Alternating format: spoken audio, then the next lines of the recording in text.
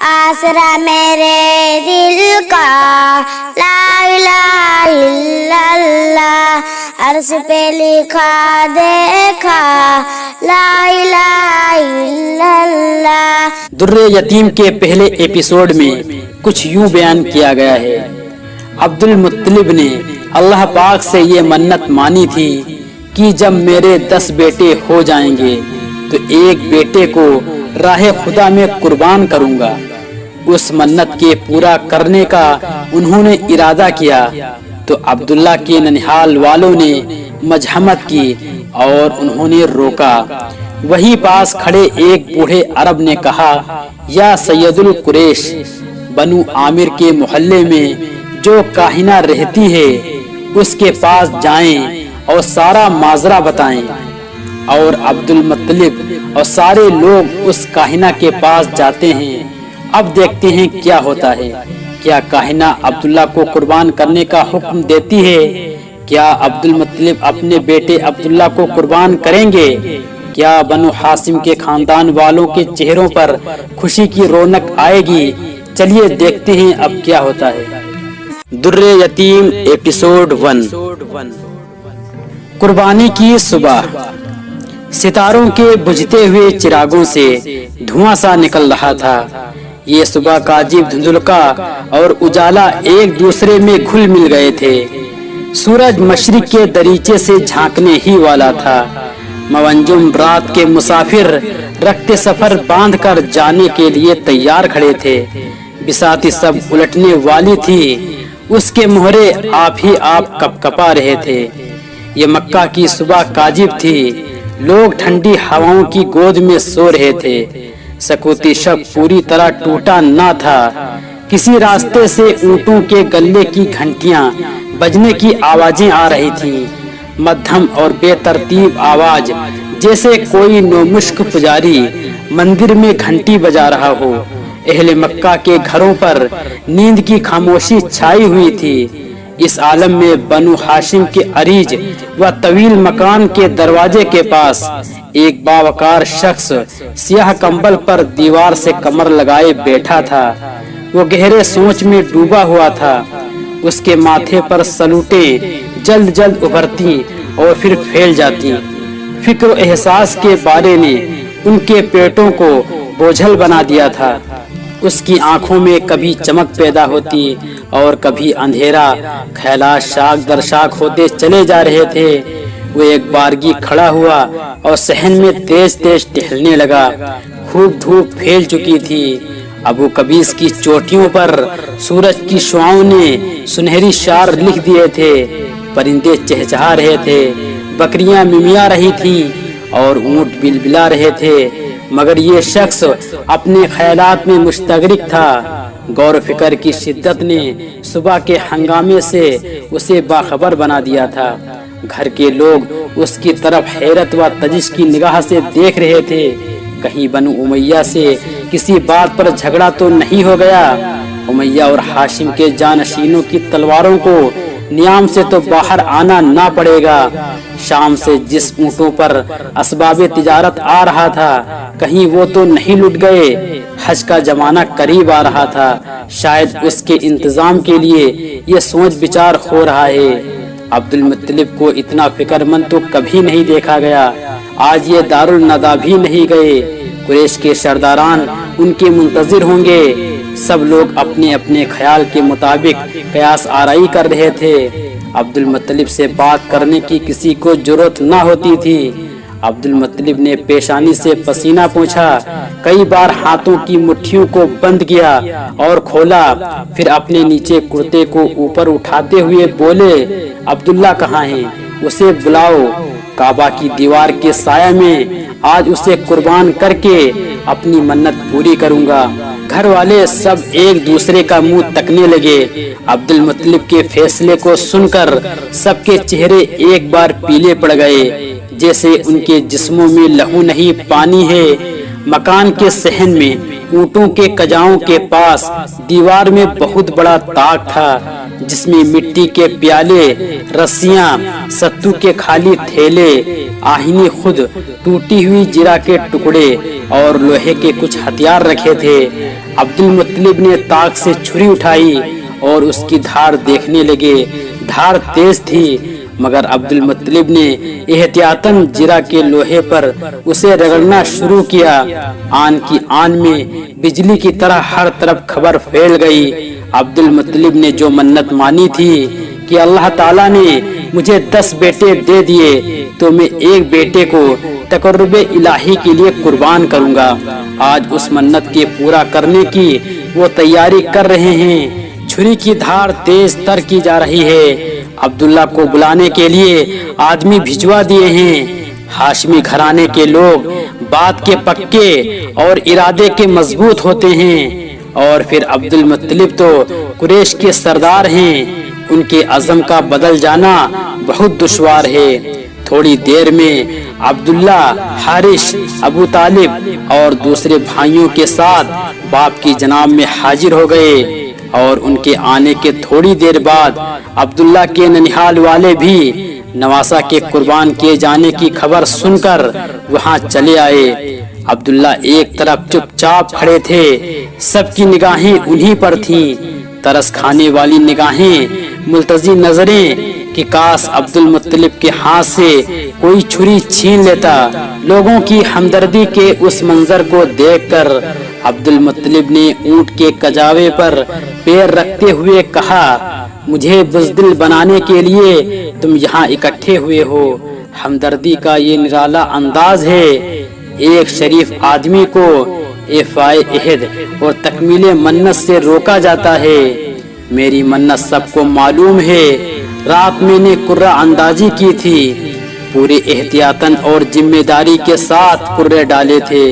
عبداللہ کے نام کا قرہ نکل آیا، آج اس کو قربان کر کے اپنی منت کو پورا کروں گا۔ جو لوگ کم ہمت اور بزدل ہیں وہ اپنی آنکھوں پر قمیصوں کے دامن ڈال لیں۔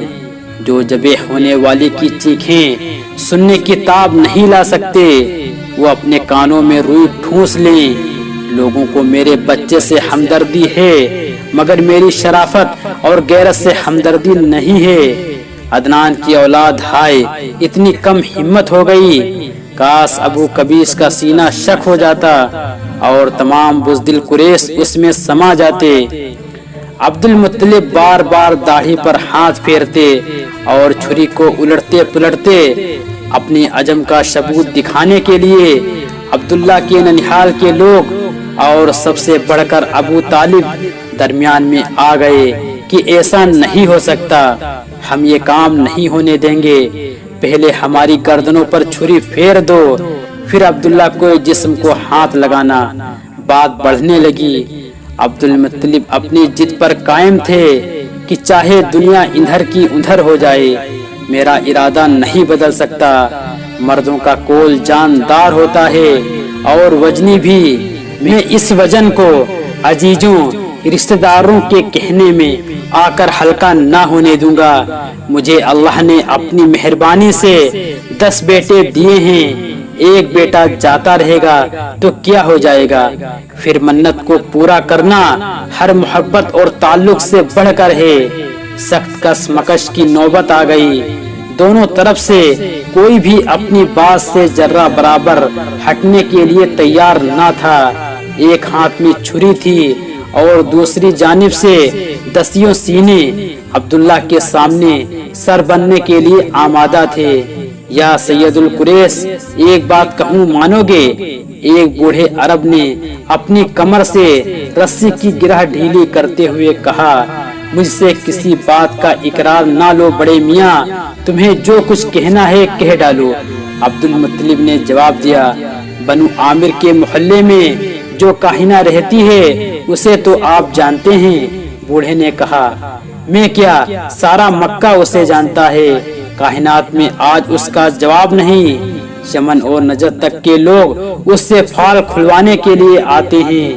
عبد المطلب چھری کی نوک دیوار میں چبھتے ہوئے بولے، اتنا ہی نہیں، گسان اور سیمانہ کے بادشاہ اس کاہنہ کی خدمت میں نظریں اور ہدیے بھیجتے ہیں، چلو اس کے پاس چل کر اس کجیے کو پیش کر دیں، وہ جو کہے گی اس پر عمل کریں گے۔ اسے کسی بات کا لالچ نہیں اور نہ کسی خوف کا، اس کا فیصلہ دو ٹوک ہوگا۔ بوڑھے کے کہنے پر عبد المطلب نے کرتا کا اٹھایا ہوا دامن ہاتھ سے چھوڑ دیا، گویا وہ کاہنہ کے پاس چلنے کو تیار ہیں اور یہ بات انہیں منظور ہے۔ اس چھری کو تو گھر میں رکھتے چلو، ایک رشتہ دار نے قدر جھنجھلا کر کہا، نہیں یہ نہیں ہو سکتا، کاہنہ کے فیصلے تک یہ چھری عبد المطلب کے ہاتھ سے جدا نہ ہو سکے گی، مجھے ہر بات کے لیے مجبور نہ کرو۔ عبد المطلب نے گھر کے دروازے سے نکلتے ہوئے جواب دیا۔ بنو ہاشم کے چند لوگ عبد المطلب کو لے کر کاہنہ کے پاس پہنچے۔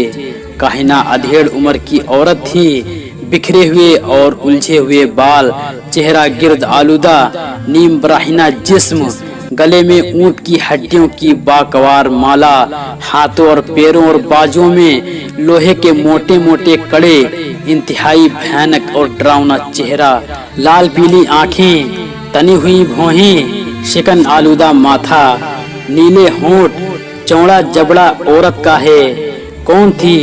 اچھی خاصی دیونی تھی۔ اس بدحیتی نے کاہنہ کے لوگوں کو عقیدت مند بنا دیا تھا۔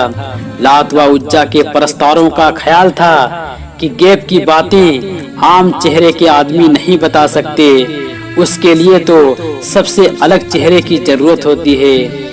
سب لوگ عقیدت کے ساتھ کاہنہ کے ارد گرد کھڑے ہوئے۔ اس نے اپنی لکڑی کے اشارے سے جس پر زیتون کا تیل ملا تھا زمین پر بیٹھنے کے لیے اشارہ کیا۔ عبد المطلب چھری کو زمین میں گاڑ کر اس کے سہارے بیٹھے، کوئی نیم قد جھکا اور اکڑو بیٹھ گیا۔ کاہنہ کے روبرو معاملہ پیش ہوا، وہ غور سے سنتی رہی، آنکھیں بند کیے ہوئے، جیسے اس کا جسم زمین پر ہے مگر اس کا دماغ آسمان کی سیر کر رہا ہے اور غیب کے نوشتے اس کی چشم بصیرت کے سامنے کھلے ہوئے ہیں۔ ہم چاہتے ہیں کہ کسی طرح عبداللہ کی جان بچ جائے، اور ایک ہاشمی کی بات ابھی پوری نہیں ہوئی تھی کہ عبد المطلب بیچ میں بول پڑے، آپ کاہنہ کی طرف مخاطب ہو کر ان کے کہنے میں نہ آئیں، جو کچھ آپ کا دل ضمیر اور سب سے بڑھ کر کیے آپ کا علم کہے، اس کو جوں کا توں ظاہر کر دیں۔ اس پر کاہنہ نے کہا لگایا، بڑے بڑے دانتوں کی پیلاہٹ نے اس تلطف امیز کہے کو ڈراؤنا بنا دیا۔ وہ اپنے خاص انداز میں بولی، منت دوسری بھی پوری ہو سکتی ہے، عبداللہ کے نام کے ساتھ اونٹوں کا بھی قرعہ ڈالو، یہاں تک کہ عبداللہ کی جگہ اونٹوں کا نام نکل آئے، تب اونٹ قربان کر دیے جائیں، منت پوری ہو جائے گی۔ سب لوگ خوشی خوشی گھر واپس آئے اور قرآن دازی شروع ہوئی۔ قرعے کا آغاز 10 اونٹوں سے ہوا۔ ہر بار عبداللہ کا نام نکلتا، گھر والوں کے چہرے فخر ہو جاتے۔ 100 اونٹوں پر جا کر عبداللہ کی جگہ اونٹوں کے نام کا قرعہ نکلا اور عبد المطلب نے 100 اونٹ قربان کر دیے۔ عبداللہ آج چھری تلے سے نکلے تھے، انہیں دوبارہ زندگی ملی تھی۔ جتنی خوشی ہوتی تھوڑی تھی۔ کنواری لڑکیاں خوشی کے گیت گانے لگیں، بچے چھوٹے چھوٹے نیزے اور کمانے لے کر کھیلنے لگے۔ عبد المطلب کا گھر مہمان کھانا بنا ہوا تھا، ہر طرف چولہے، دگیچیاں، پیالے، روٹیاں اور شوربہ کے قدا دکھائی دیتے تھے۔ قریش اس نامور سردار قصا کی اولاد تھے جس نے آپ سے سینکڑوں سال پہلے قریش کو جمع کر کے تقریر کی تھی کہ سینکڑوں ہزاروں میل سے لوگ چل کر حرم کی زیارت کو آتے ہیں، ان کے کھانے پینے کا اہتمام ہمارا فرض ہے۔ قصا کی تقریر نے سب کے دل پر اثر کیا۔